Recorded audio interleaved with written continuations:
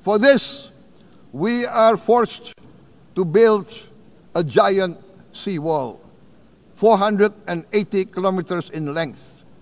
It will take us maybe 20 years, but we have no choice. We have to start now.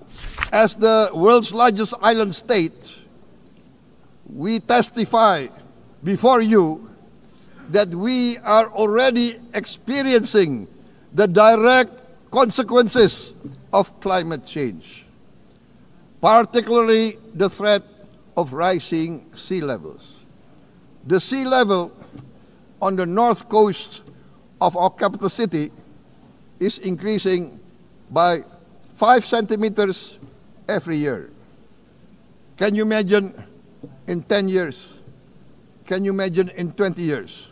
For this, we are forced to build a giant seawall, 480 kilometers in length. It will take us maybe 20 years, but we have no choice. We have to start now. Therefore, we choose to confront climate change not by slogans, but by immediate steps. We are committed to meeting our 2015 Paris Agreement obligations. We aim to achieve net zero emission by 2060, and we are very confident we can achieve net zero emission much earlier. We aim to reforest more than 12 million hectares of degraded forest, to reduce forest degradation, to empower local communities with quality green jobs for the future. Indonesia is shifting decisively from fossil fuel-based development towards renewable-based development. From next year, most of our additional power generation capacity will come from renewables. Our goal is clear: to lift all of our citizens out of poverty and make Indonesia a hub for solutions to food, energy, and water security. Madam President, Excellencies, we live in a time when hatred and violence can seem to be the loudest voices.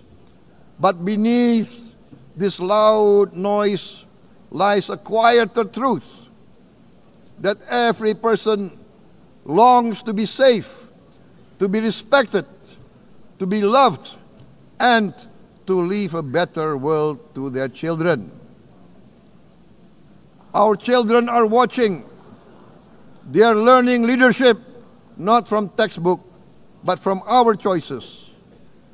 Today, still, a catastrophic situation in Gaza is unfolding before our eyes. At this very moment, the innocent are crying for help, are crying to be saved. Who will save them? Who will save the innocent?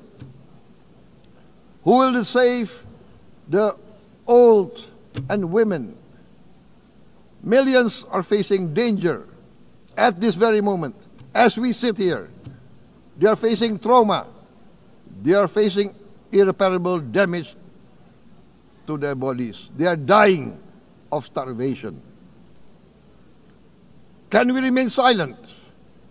Will there be no answer to their screams? Will we teach them that the human family can rise to the challenge? Madam President,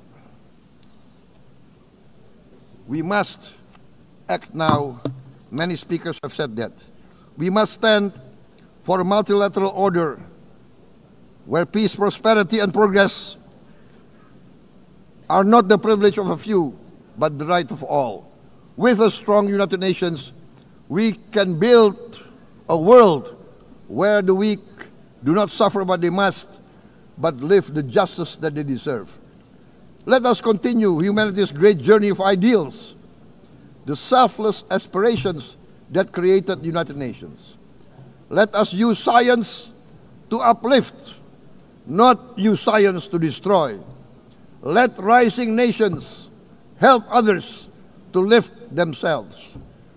I am convinced that the leaders of the great world civilizations, civilizations of the West, of the East, of the North, of the South, leaders of America, Europe, of India, China, the Islamic world, the whole world, I am convinced they will rise to their role demanded by history. We are all hopeful that the leaders of the world will show great statesmanship, great wisdom, restraint, humility, overcome hate, overcome suspicion. Madam President, distinguished delegates, we are greatly heartened by the events of the last few days, where significant leading countries of the world have chosen to side with history, to choose the right side of history, the path of the moral high ground, the path of rectitude, the path of justice, the path of humanity, to shun hatred, to overcome suspicion, and to avoid the use of violence. The use of violence will beget violence. No one country can bully the whole community of the human family.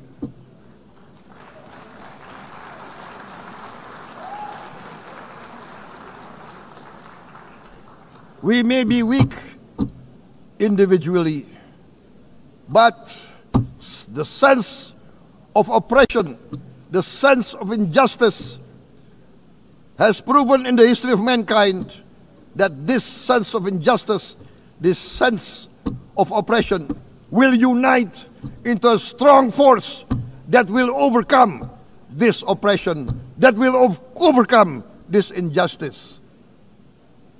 To close, I would like to reiterate again Indonesia's complete support for the two-state solution in Palestine. We must have an independent Palestine, but we must also recognize, we must also respect, and we must also guarantee the safety and security of Israel. Only then we can have real peace, and no longer hate and no longer suspicion.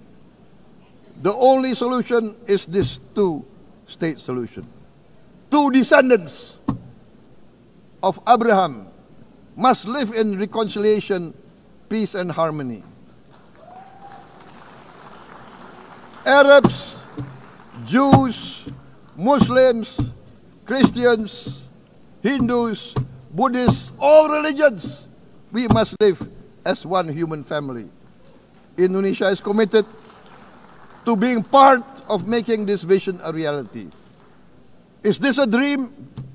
Maybe, but this is the beautiful dream